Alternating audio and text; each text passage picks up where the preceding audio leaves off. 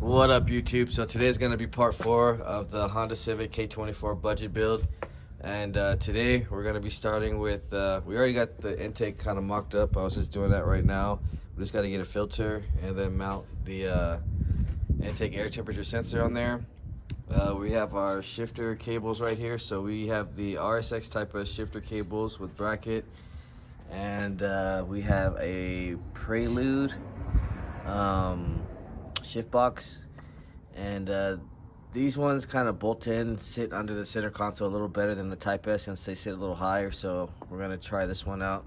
It definitely works good on the EKs, but we'll see how it is on the EG. I've never done it on the EG before, so we'll see how that goes in. So we're gonna get the shifter cables installed, and then we'll get the brake booster installed, and then I'm gonna start getting everything pre-ready for the wiring.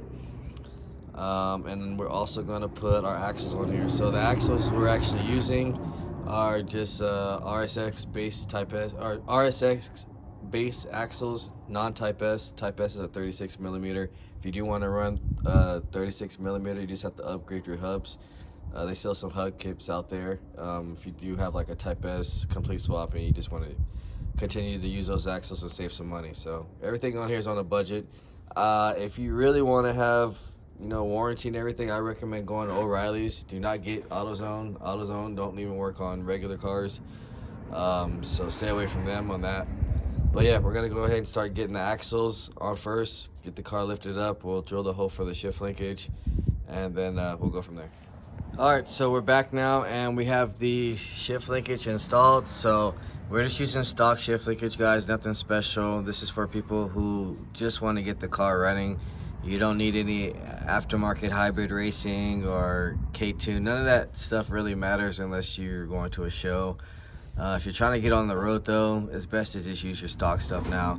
You can always upgrade later and go through issues after that, but going with stock stuff just leaves you with a running swap that'll get you going immediately, other than having to work out issues with shifter cables, because sometimes they do give you issues.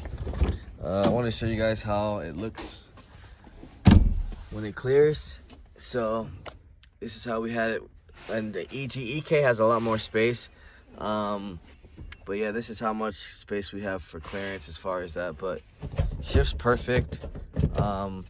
If they want to look inside, they would never think this was a K-swap car. They might think it was H though, just because you can see that. But maybe one way we'll figure out how to get that to clear, possibly. But anyways, next thing we're gonna get to is the fuel system. I know we're gonna do the axles, but we can do that after. I kind of want to see if we can get this car running on this video. So this is what I usually run. I usually run this Osiris eBay regulator.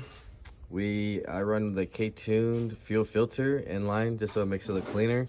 This whole system right here is about 100 bucks. So I'm gonna go ahead and get this installed, start making my lines. We're gonna get our return, our feed, and then basically get this lines all set up. We're gonna use some braided steel lines.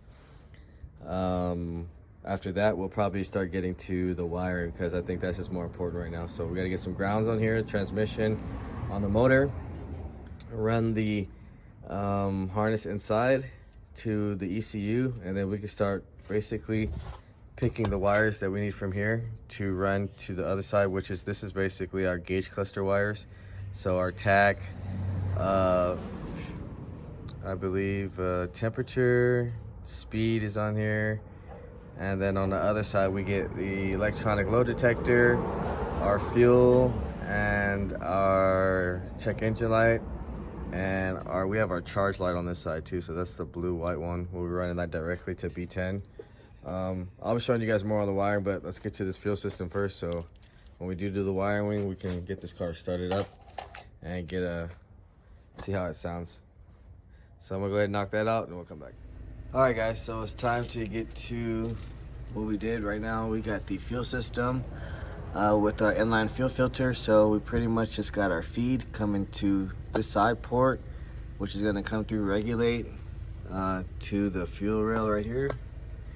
And then we got the dump pretty much just returning right there at the bottom. So pretty simple, just feed to the engine and then drop straight down to return. And that's the fuel system. Next we're gonna get to is our wiring, so we can try to get this thing running. So we need to get our fuse box back installed. I got the harness over here that I'm gonna make. So I'm getting everything separated right now. A lot of these wires are gonna be for brake switch and smog. Some of the stuff I'm not gonna use, so I'm gonna probably depend some of these wires out of here, but mainly we got our oil pressure, which is this yellow red one. We got a blue, that's gonna be RPM. Blue white's gonna be speed, and then temperature is gonna be coming off of the actual car going straight to the motor. As far as that, and then we got our ELD, which is green red, and then green orange right here. That's gonna be for check engine light. Those are gonna be mainly all the ones that we need for the cluster. Everything else is gonna be some powers. We gotta wire up the DLC plug. We have to wire up the O2 sensor.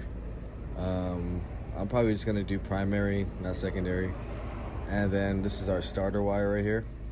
So this is gonna go to, I believe, this one right here.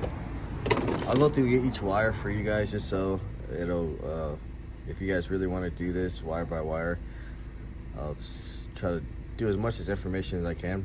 But yeah, this is gonna be the wire we're gonna cut into. So we're gonna tuck this inside. And then I think this is just a power wire we'll be using off of here. And then this should be our TAC, RPM. We got to run this wire for the battery light also. So that'll be, I think, to finish everything on the gauge cluster. But yeah, we're going to be running this and these basically together. So we're combining the RSX harness with the actual car harness. This is what a conversion harness is. But like I said, we're making our own. We also have to add the charge and starter signal from here to the actual, not the starter signal, but the starter power. The starter power to the battery, so we need to extend that, and then the other one's gonna go to the fuse box, and that'll pretty much complete our wiring, and we do need to add some grounds. So after that, hopefully this video, we should be having this car start up. I do need to get another belt.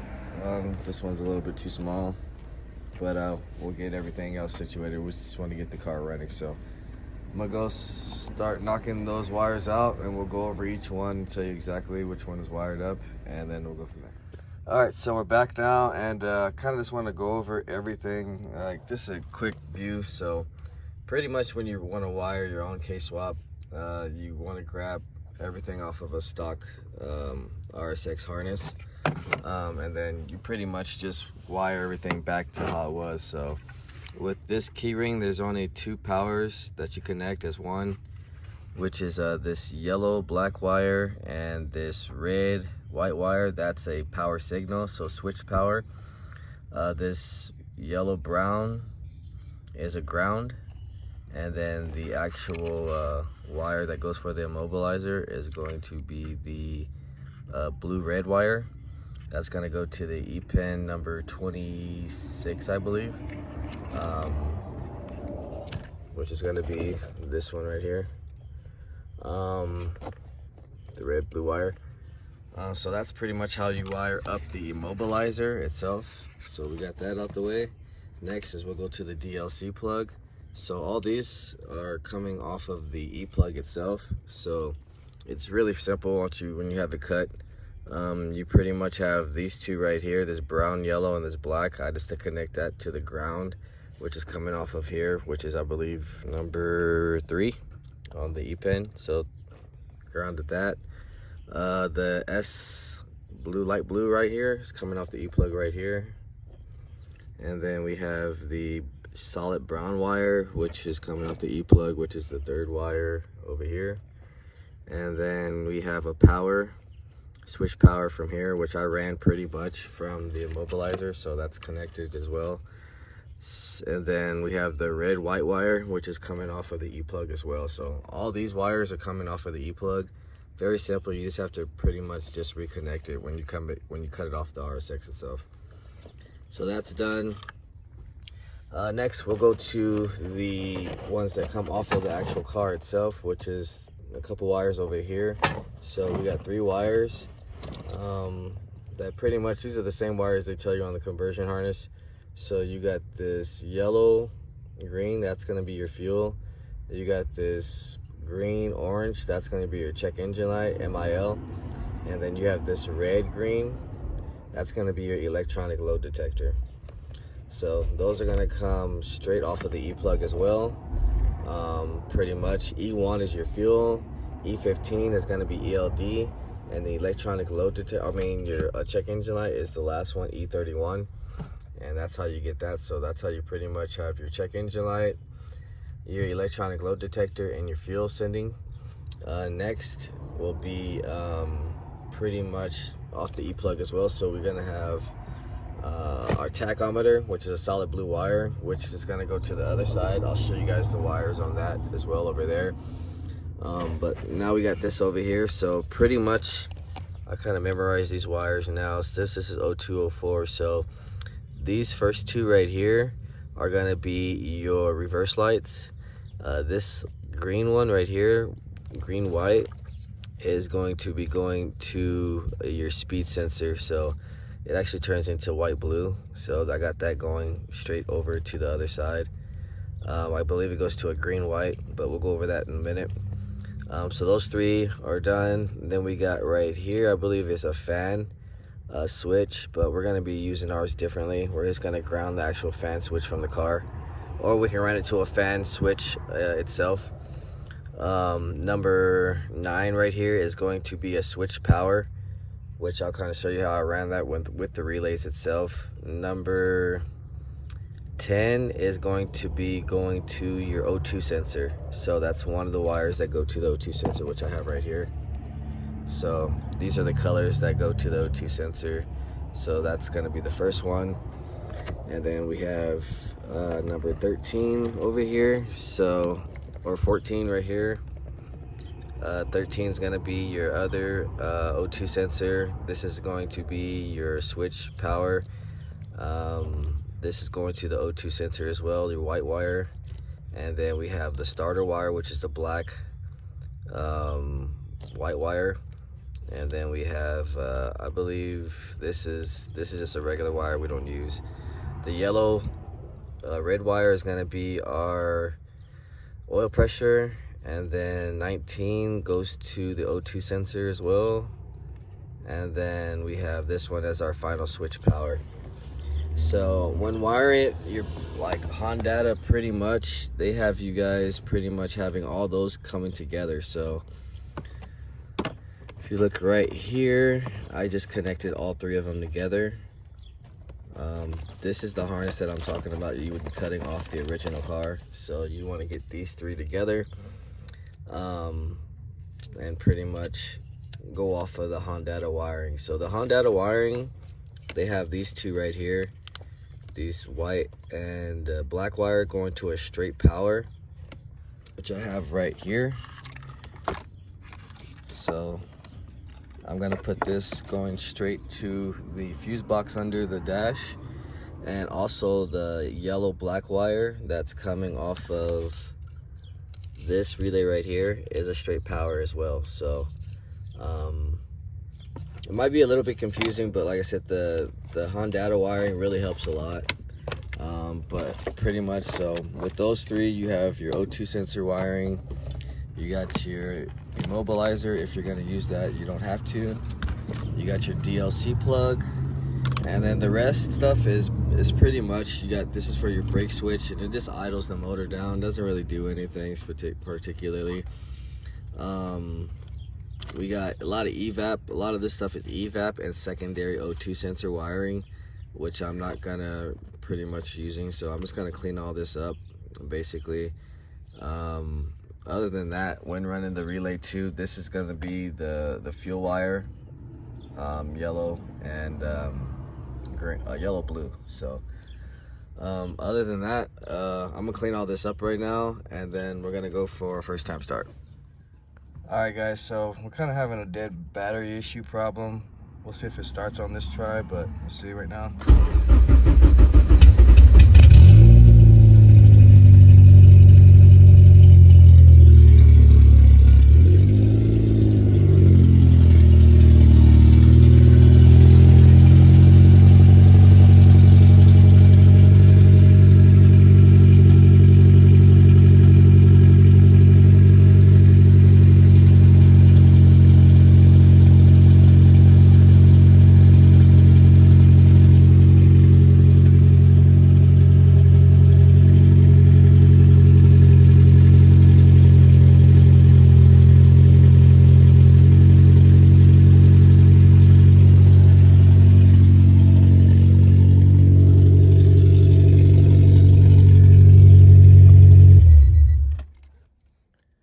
Alright guys, that's pretty much gonna be it for this video.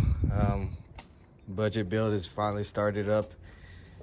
Next video we should be getting to pretty much like the radiator. I gotta order a little adapter hose, and we get the axles on here, clutch bled, and probably gotta get a new battery because this battery's just dead all the time. I mean, other than that, we should be able to get it for a test drive next video. I'll let you guys see how it feels with a 5-speed K24, K20. Other than that, if you haven't, like, share, subscribe, comment, let me know what you guys think. Give the video a hype. Other than that, see you guys on the next video.